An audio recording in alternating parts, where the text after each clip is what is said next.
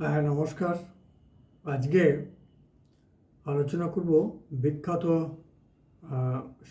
শিল্পপতি, সদ্য প্রয়াত মাননীয় শ্রী রতন টাটাজি জন্মছক নিয়ে। এই জন্মছক বিচারের প্রধান উদ্দেশ্য হচ্ছে তিনি কেন একজন সফল ব্যবসায়ী হলেন এবং শিল্পপতি হলেন।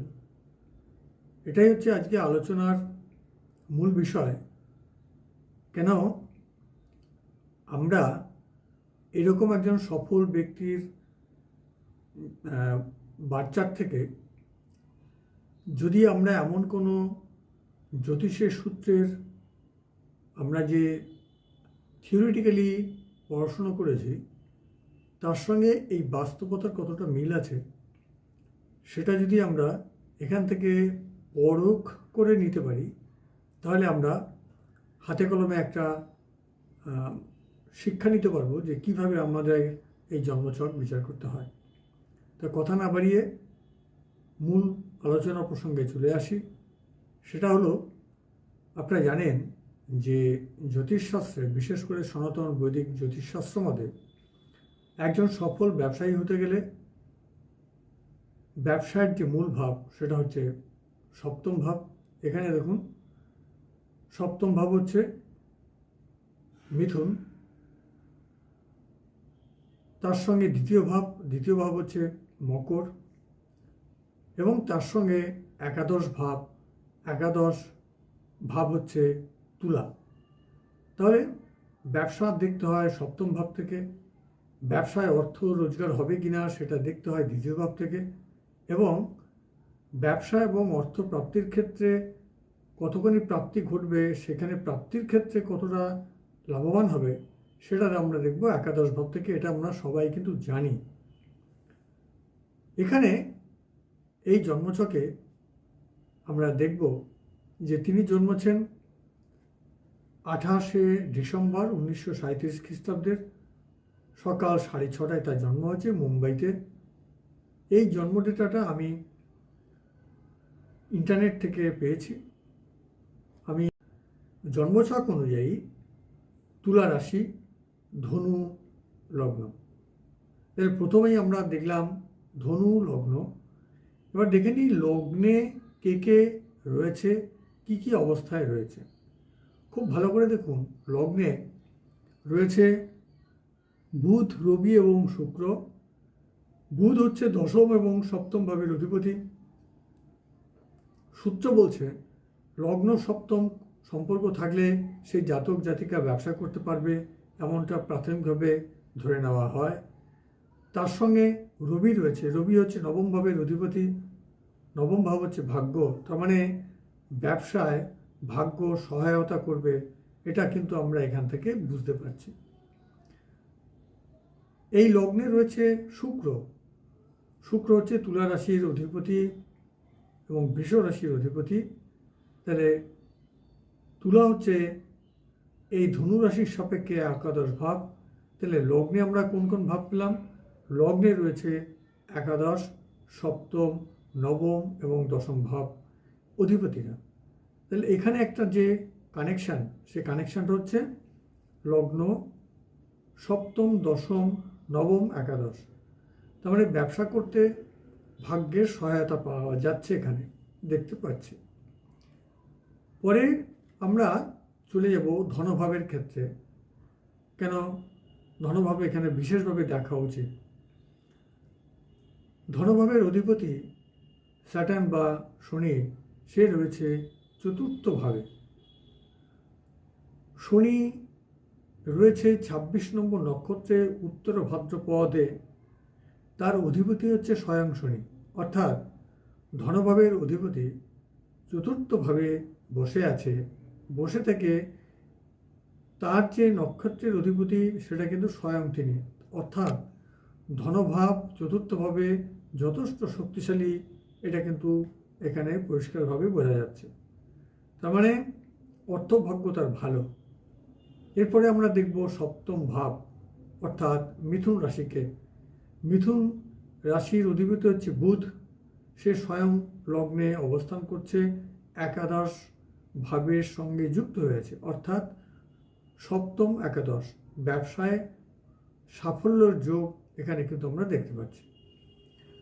শুক্র একাদশ ভাব, বুধ হচ্ছে সপ্তম ভাবের অধিপতি, বুধ আবার দশম ভাবের অধিপতি। দশম ভাব এখানে ইন্ডিকেট করছে কর্মকে, মান সম্মান, প্রভাব প্রতিপত্তি, যশ, অনার।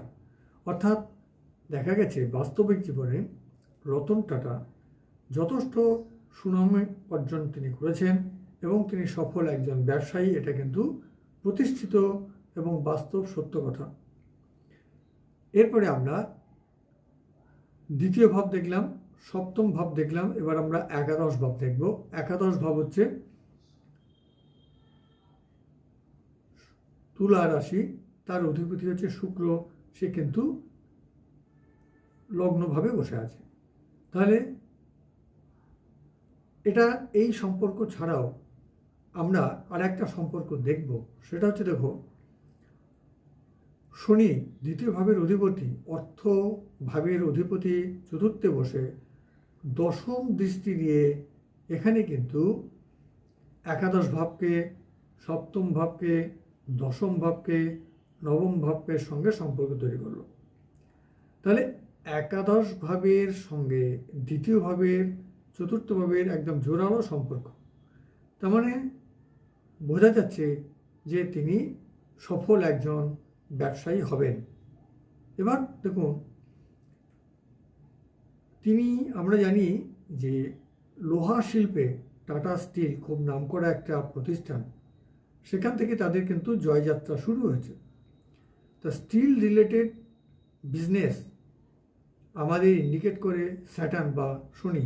শনি স্টিলকে বোঝায় বা মাটির নিচের কোনো দ্রব্যকে বোঝায়। তো সেদিক থেকে আমরা যদি বিচার করি, লোহা মাটির নিচ থেকেই আসে আকরিকগুলো, এবং শনি যে স্টিল রিপ্রেজেন্ট করছে সেটাও কিন্তু আমরা এখানে, কেন তিনি লৌহ ব্যবসায় এত প্রতিষ্ঠা লাভ করেছিলেন তার একমাত্র কারণ হচ্ছে শনি তাকে কিন্তু যথেষ্ট ফেভারে সাহায্য করেছিল। এর সঙ্গে আমরা আরেকটা জিনিস দেখব, সেটা হচ্ছে লগ্নপতি বৃহস্পতি মকরে বসে আছে, অর্থাৎ সেটা হচ্ছে শনির ক্ষেত্রে বসে আছে। উত্তরাষাঢ়া নক্ষত্র অর্থাৎ 21 নম্বর নক্ষত্রে অবস্থান করছে। তার অধিপতি হচ্ছে রবি, অর্থাৎ বৃহস্পতি লগ্নপতি এবং চতুর্থপতি হয়ে সে কিন্তু নবম, তার যে নক্ষত্র অধিপতি সেটা হচ্ছে নবম ভাবের অধিপতি রবি। তাহলে এক্ষেত্রেও লগ্ন চতুর্থ ভাবের অধিপতি ধনভাবে বসে কার নক্ষত্রে রয়েছে, ভাগ্য ভাবের যে অধিপতি উত্তরাষাঢ়া নক্ষত্র 21 নম্বর নক্ষত্রে সে কিন্তু অবস্থান করছে। তাহলে এক্ষেত্রেও কিন্তু ভাগ্য যে তাকে সাপোর্ট করবে তার ইঙ্গিত আমরা এখান থেকে পাচ্ছি। আরেকটি দিক আমাদের দেখার আছে, বৃহস্পতি শনির ক্ষেত্রে অবস্থান করছে, শনি বৃহস্পতির ক্ষেত্রে অবস্থান করছে, অর্থাৎ একে অন্যের ভাবে যদি বসে থাকে, ঘরে যদি দখল করে রাখে, তো সেই যোগটাকে আমরা বলি ক্ষেত্র বিনিময় যোগ। তাহলে বৃহস্পতি শনির ক্ষেত্রে আছে, শনি বৃহস্পতির ক্ষেত্রে আছে, সেদিক থেকে এটাও একটা কিন্তু খুব জোরালো যোগ। এক্ষেত্রে এই যে শনি আর বৃহস্পতির যে ডিসপোজিটার, এটা আমাদেরকে কাল্পনিকভাবে একটু ভেবে নিতে হবে যে একের অন্যের স্থানে আছে মানে তারা স্থান পরিবর্তন করবে কাল্পনিকভাবে, অর্থাৎ বৃহস্পতি মিনে চলে আসবে আর মকরে শনি চলে আসবে, এটা কাল্পনিকভাবে আমাদেরকে ধরে নিতে হবে। তাহলে দেখা যাবে ধনভাবে ধনপতি অবস্থান করছে, চতুর্থভাবে চতুর্থপতি অবস্থান করছে। তো এদিক থেকেও কিন্তু একটা বিচার করা যায়। তাহলে এইভাবে আমরা কি দেখলাম, যে দেখলাম এই জন্মছক থেকে যে একজন জাতকের জন্মছকে সপ্তম একাদশ, লগ্ন একাদশ, তার সঙ্গে দ্বিতীয় ভাবের জোরালো সম্পর্ক, দ্বিতীয় ভাবের অধিপতি স্বয়ং তার নিজের নক্ষত্রাধিপতির অধীনে থেকে শক্তিশালী হয়ে আবার সে লগ্ন, সপ্তম এবং একাদশ ভাবের সঙ্গে যখন দ্বিতীয় ভাবের জড় সম্পর্ক হলো কোনো জন্মছকে, যেমন এই জন্মছকে রতন টাটার জন্মছকে আমরা দেখতে পাচ্ছি, তাহলে এই কম্বিনেশন একজন জাতক জাতিকাকে যথেষ্ট শিল্পপতি বানাতে পারে, ভালো সফল ব্যবসায়ী তৈরি করতে পারে। এটা কিন্তু আমরা এখান থেকে খুব সুন্দরভাবে বুঝতে পারলাম। কেন? জ্যোতিষশাস্ত্র অনুযায়ী লগ্ন সপ্তম, দ্বিতীয় সপ্তম, সপ্তম একাদশ, এই কম্বিনেশনগুলো থাকলে পরে জোরালোভাবে সে ব্যবসায় তিনি কিন্তু সফল হতে পারেন। এই সূত্র কিন্তু আমাদের বইয়ে একদম লিখিতভাবে বলা আছে, শাস্ত্রে বলা আছে। স্টিল মেটালের ক্ষেত্রে স্যাটার্ন সবসময় স্টিলকে, লোহাকে সাপোর্ট করে, তাই তিনি দেখা গেল যে লৌহ ব্যবসায় যথেষ্ট প্রসিদ্ধি লাভ করেছেন এবং সমৃদ্ধশালী হয়েছেন। তো এইভাবেই আমরা এই জন্মছক থেকে বোঝার চেষ্টা করলাম। আপনারা এইভাবে যে কোনো জন্মছক থেকে এই ধরনের কম্বিনেশন পেলে বলেই দিতে পারবেন যে এই জাতক জাতিকা কিন্তু যত ব্যবসায় সফলতা অর্জন করতে পারবে। তাহলে আজকে এই আলোচনাটুকু এই জন্যই করলাম, এই জন্য যে ব্যবসা ক্ষেত্রে সবাই তো চাকরি পাবে না, বা সবাই চাকরি পাওয়ার সম্ভাবনায় ব্যবসা করতে গিয়ে সফলতাটা, ব্যর্থতাটা কোন কোন সেক্টরে তিনি সফল হতে পারেন, সেটাই ছিল আজকের আলোচনার মূল বিষয়। তো আজকে এখানেই শেষ করছি। নমস্কার, ধন্যবাদ, সবাই ভালো থাকুন। পরবর্তী ভিডিওতে আপনাদের সঙ্গে আবার দেখা হবে। কোনো কথা বলার থাকলে অবশ্যই আপনারা কমেন্ট বক্সে লিখুন।